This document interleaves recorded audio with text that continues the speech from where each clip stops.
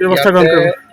যোৱাবাৰ মই মাতমৰা মথাউৰিলৈকে আহিছিলোঁ আৰু তেতিয়াই ৰাইজৰ লগত কথা পাতি মথাউৰিটো শক্তিশালী আৰু সংৰক্ষণৰ কাৰণে এটা ভাল আঁচনি লোৱা হ'ব বুলি আমি কৈছিলোঁ।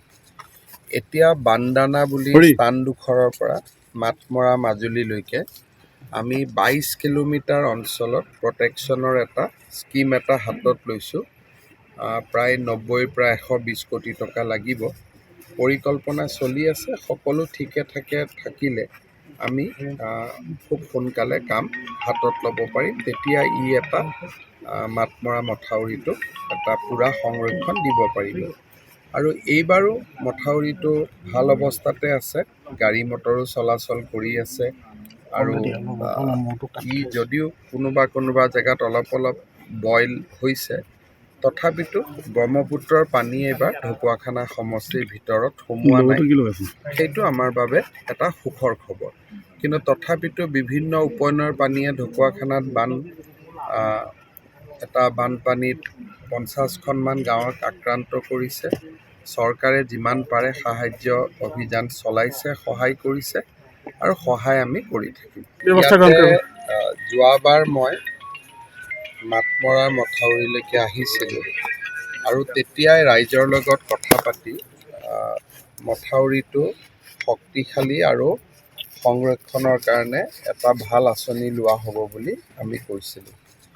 এতিয়া বান্দানা বুলি স্থানডোখৰৰ পৰা মাতমৰা মাজুলীলৈকে আমি 22 কিলোমিটাৰ অঞ্চলত প্ৰটেকশ্যনৰ এটা স্কীম এটা হাতত লৈছোঁ। প্ৰায় 90 পৰা 120 কোটি টকা লাগিব। পৰিকল্পনা চলি আছে। সকলো ঠিকে ঠাকে থাকিলে আমি খুব সোনকালে কাম হাতত ল'ব পাৰিম। তেতিয়া ই এটা মাতমৰা মথাউৰিটো এটা পূৰা সংৰক্ষণ দিব পাৰিব। আৰু এইবাৰো মথাউৰিটো ভাল অৱস্থাতে আছে, গাড়ী মটৰো চলাচল কৰি আছে। আৰু ই যদিও কোনোবা জেগাত অলপ বইল হৈছে, তথাপিতো ব্ৰহ্মপুত্ৰৰ পানী এইবাৰ ঢকুৱাখানা সমষ্টিৰ ভিতৰত সোমোৱা নাই।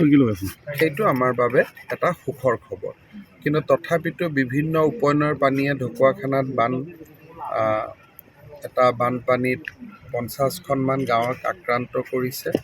চৰকাৰে যিমান পাৰে সাহায্য অভিযান চলাইছে, সহায় কৰিছে আৰু সহায় আমি কৰি থাকিম। ইয়াতে যোৱাবাৰ মই মাতমৰা মথাউৰিলৈকে আহিছিলোঁ আৰু তেতিয়াই ৰাইজৰ লগত কথা পাতি মথাউৰিটো শক্তিশালী আৰু সংৰক্ষণৰ কাৰণে এটা ভাল আঁচনি লোৱা হ'ব বুলি আমি কৈছিলোঁ।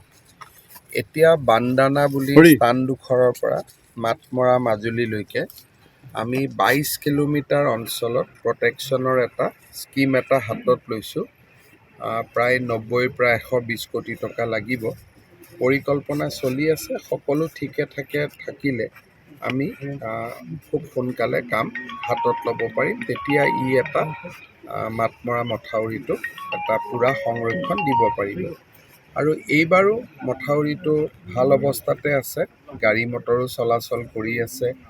আৰু ই যদিও কোনোবা জেগাত অলপ বইল হৈছে, তথাপিতো ব্ৰহ্মপুত্ৰৰ পানী এইবাৰ ঢকুৱাখানা সমষ্টিৰ ভিতৰত সোমোৱা নাই।